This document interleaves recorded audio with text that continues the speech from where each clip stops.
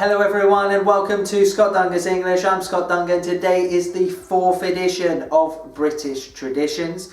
I hope that all of you out there are well and safe, and for those who are joining me for the very first time on the channel, welcome, and for those who have been with me for a very long time now, thank you for your ongoing support.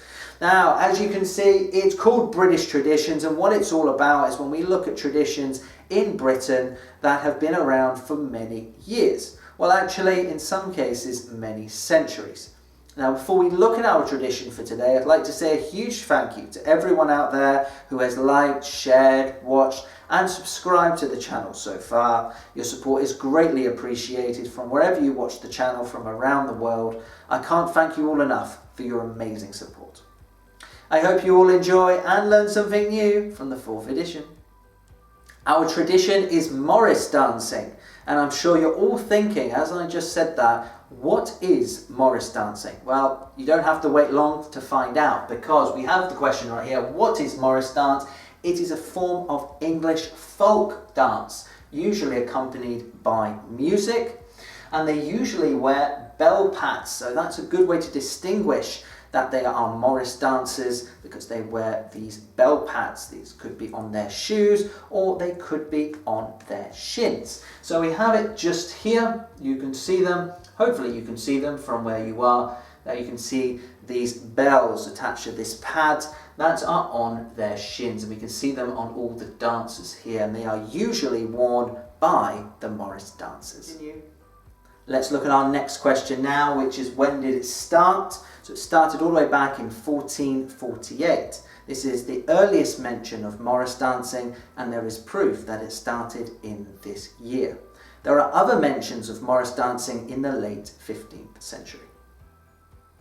Let's now learn about the musical instruments. So what musical instruments are used? Well, we have the pipe and tabor, which are the most traditional instruments that are used during Morris dancing, and check the pictures that I've provided for you to have an idea of what these instruments are.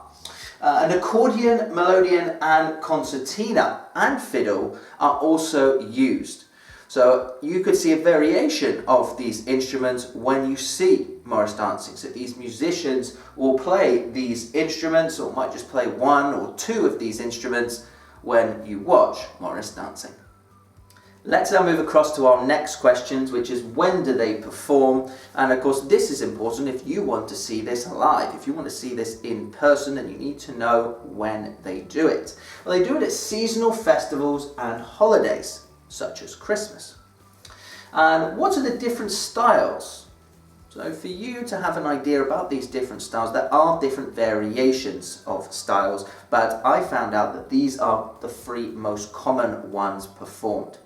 So the first one is the Cotswold, and that is the one that you see here in this picture and also in this image here, where they dance with handkerchiefs, with sticks, and also with hand clapping as well. So this is known as the Cotswold. The second one we're going to have a look at is the Rapper. Now this is one that is performed with swords.